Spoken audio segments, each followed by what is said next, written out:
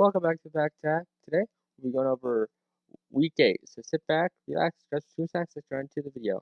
I should have said recapping week 8, but it's all good, we'll just roll with it. Okay, so let's just get right into it.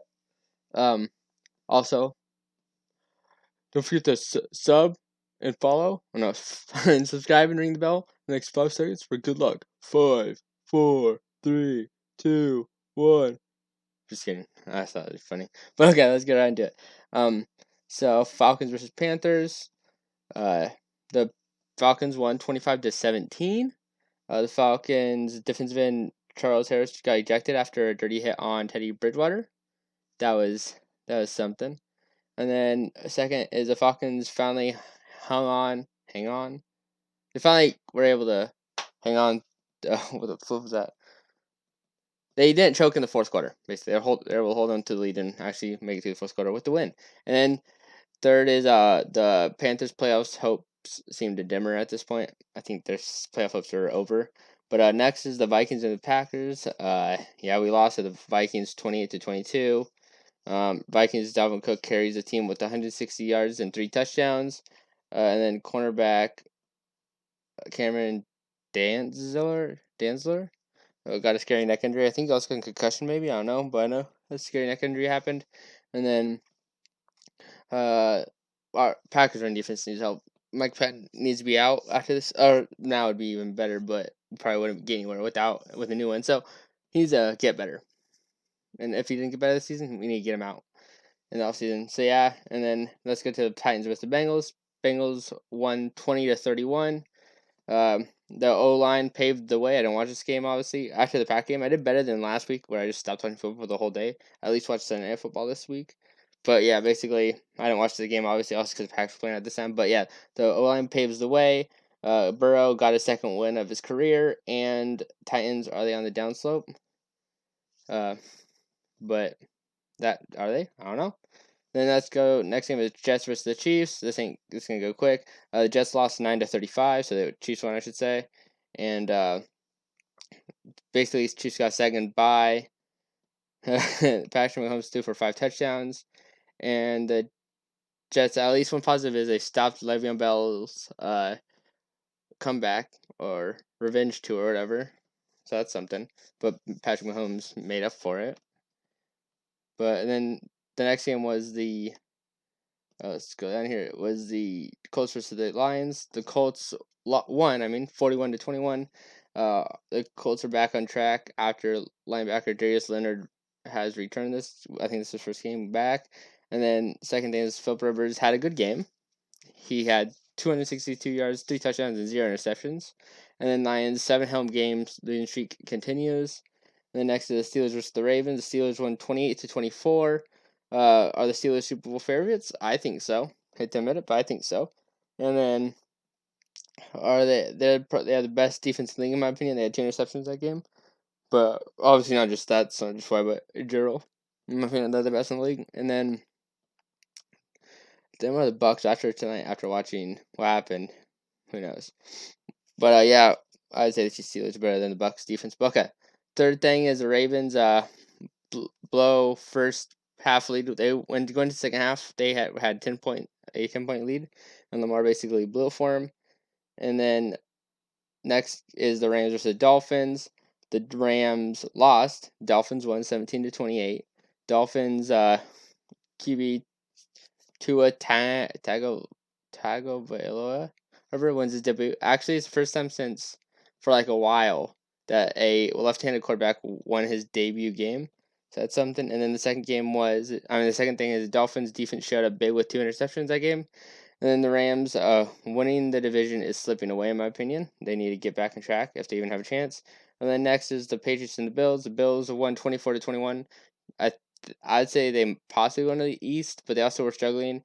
And the Dolphins look like they're on the up and up. So I don't know if it's up to the Bills and Dolphins, whoever between them who runs the East this season. But yeah, and the rushing attack shows it big. The Bills rushing attack did, and then next is the third thing was Patriots. Is this a tactical regroup? Are they just tanking because all players left out and stuff? Are they just going to come back stronger and better than ever next season? Who knows? And then Raiders to the Browns. Raiders won 16-6. Offensive tackle Trent Brown had air get into his bloodstream from an IV, so he had to get taken to the hospital. Also, the Players Association student is looking into what went wrong there. And then the win was against the Raiders making field goals that game. It was insane. And then the third thing was that Brown's D line got put in daycare because basically this got manhandled the entire game. And then the next game was the Chargers to the Broncos. The Chargers lost 31-30 to the Broncos. The Broncos had a big comeback in the fourth. They were down 10-24 going into the fourth. The Broncos offense showed up late, and then like I just said, and then the Chargers game sealing coaching problem continues. Like I like Anthony Lynn, he seemed cool, whatever, but I don't think he's the right coach. He can't close out games. And then the next game is the Saints versus the Bears. The Saints won, thankfully, so the Packers still lead the division. But the Saints won 26-23 in overtime. They stay in control of the South. Drew Brees won the QB battle against Nick Foles, unlike Tom Brady. And then the Bears, wide receiver Javon Wims got ejected after throwing punches. I learned that he got suspended 2 games. So that's insane. I also don't understand why he threw his gloves. Like when he was walking into the locker, he threw them on the ground. Like I understand if maybe it says like this if they're away, but they're the home team, so I don't understand that. But whatever. And then the next game was the 49ers versus the Seahawks. The Seahawks won 37-27. They got a bounce back win, and then DK Metcalf finally showed up after being MIA the last game. And then the third thing is the 49ers got even more injury now. Jimmy Garoppolo, I think, is out for 4 to 6 weeks, something like that. So he won't be playing Thursday night. And then tight end George Kittle is out for the season probably, unless they make the playoffs, with a broken bone in his foot. And then more like he should be called George Brittle, more like it. Okay, and then the game Sunday Night Football was the Cowboys versus the Eagles. The Eagles won 9-23. And then it also is a lot closer than what the score says, but yeah. And then the Carson Wentz still made some dumb mistakes. He had 2 interceptions in the world football. The fumble wasn't so bad because he was what is it, fumble? I think he might have 2 fumbles. I think. One of the fumbles wasn't so bad, so I should change that. 1 second, change that in my notes. I think he had 2 fumbles. I think he had one when he was rolling outwards and he fumbled it, and then he had one right at on 4th down right after the start or whatever. But that one wasn't so bad because they only really lost 4 yards. They only gave 4 yards to the opposing offense, so it's whatever. But yeah, and then next is the Eagles. In my opinion, are favored to win the East at this point. It's either them or the Redskins. So yeah, and then the Cowboys did not show up. So yeah, and then the final game of the week was tonight. The Buccaneers versus the Giants. The Buccaneers won 25-23. Also, before I go on, that should have been fast interference. How he's going to catch the ball if someone runs into him before the ball even gets close to him?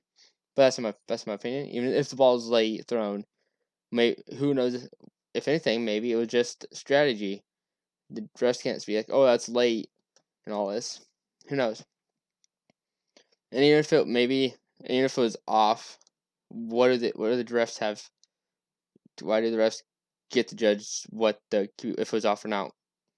Maybe if he had pass interference, that would have been a target. Who knows? But yeah, Giants probably should have won the game, or at least going to overtime, in my opinion. But yeah, and then so the first thing is the Buccaneers. Tom Brady throws another fit like normal, throwing his helmet down over. He's a drama queen when stuff ain't going his way. And then the second thing is the defense comes in clutch again, like every basic season of Tom Brady's career. His defense does a lot for him. And then the third thing is the Giants. Daniel Jones basically threw the game, literally. He had 2 interceptions. One was after a big kick return, which off to start the second half. So yeah, that was dumb. If basically any QB that actually knows how to not throw interceptions and can throw the ball decently, Giants would have easily won the game. It would have been another Bears situation where they would have got beat if they at least had a game manager. But yeah, that's everything for week 8. If you enjoyed this video, don't forget to drop a like and subscribe. Follow my socials down below. I stream on Mondays, Wednesdays, and Fridays from 6 p.m.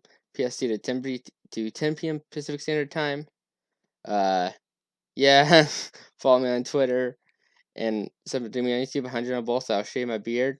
But since it's November, if that does happen, I'll shave it probably December 1st, and I'll That's it. Yeah, I'll catch you on the next one. Bye bye. Bye bye bye.